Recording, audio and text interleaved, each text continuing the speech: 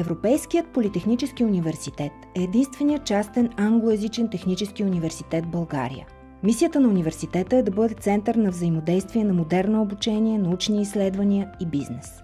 Ние като частен университет притежаваме изключително предимство. Гъвкавостта да имаме лични отношения с нашите студенти и докторанти. Да създаваме нови учебни програми на модулен принцип, съобразени с техните индивидуални нужди и тези на бизнеса.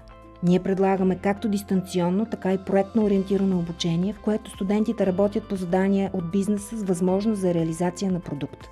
Ние не сме регионално или национално висше училище, а международен университет, ориентиран към Европа и прилагаме работещи европейски модели на образование, като ангажираме и преподаватели от Multiversity Италия и университетът Улстър, Северна Ирландия.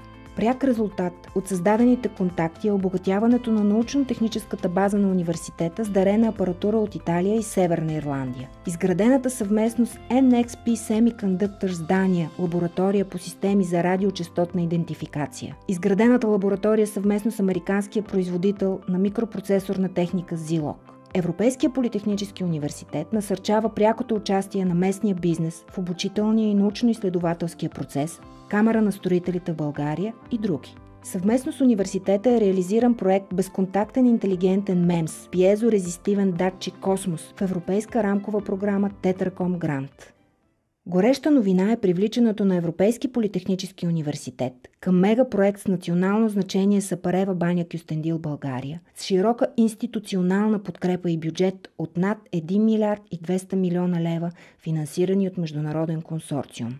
Образователната програма се фокусира в най-бързо развиващите се отрасли, като поставя акценти върху внедряването на най-новите технологии и практики, в това число строителство на зелени сгради и такива с нулево потребление на електрическа енергия. В бакалавърската програма на строително инженерство Европейския политехнически университет набляга върху необходимите компетентности за сертифициране на обучаващите се в БИМ – информационно моделиране в строителството. За покриване на най-новите изисквания на Европейския съюз, които предстоят, БИМ е най-значимият фактор за развитие на организацията на строителство в световен мащаб. В отличие от другите вузове, обучението на нашите студенти е ориентирано към реалната практика, познаването на съвременен технически и научен английски език и работата в екип. Подготовката е насочена към придобиването на широк спектър от знания, които дават увереността на магистъра да поеме водеща позиция и отговорност.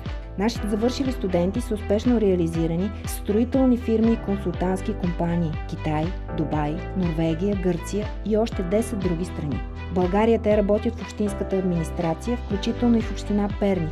Департаментът по приложна информатика на Европейския политехнически университет в град Перник обучава специалисти по най-съвременни методи на гъвкавата разработка Agile. Противно на общото разбиране, че информатик е човек, който разбира от компютри, обучението е фокусирано върху методи за моделиране на реалния свят, чрез средствата на висшата математика и задълбочени познания по компютърна архитектура, за мениджмънт, маркетинг, интелектуална собственост и чуждоезикова подготовка. Нашите магистърски програми дават възможност обучението на стипендианти от бизнеса да се извършва чрез внедряване или разширяване на ERP системи, предприятието спонсор или чрез разработка и надграждане на значим за бизнеса продукт. Бакалавърската инженерна програма Зелена енергетика е с екологична насоченост. Изучават се алтернативни източници на енергия, слънце, вятър, вода, геотермални, биомаса, водородни технологии, фотоволтаични системи и други, както и нови технологии за добив. Отделен модул е свързан с ефективно потребление за осветление, транспорт и задвижвания в индустрията, отопление и климатизиране, зелено строителство и други.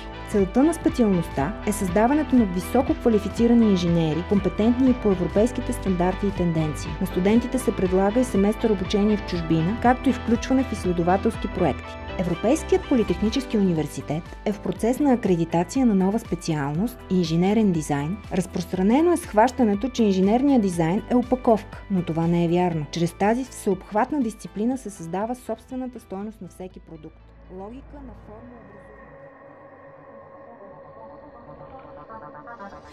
Много младежи отиват в чужбина. Някои да учат, други да работят. Възможността за развитие се оказва фактор. Нашата цел е работеща алтернатива, за да получим така желания резултат.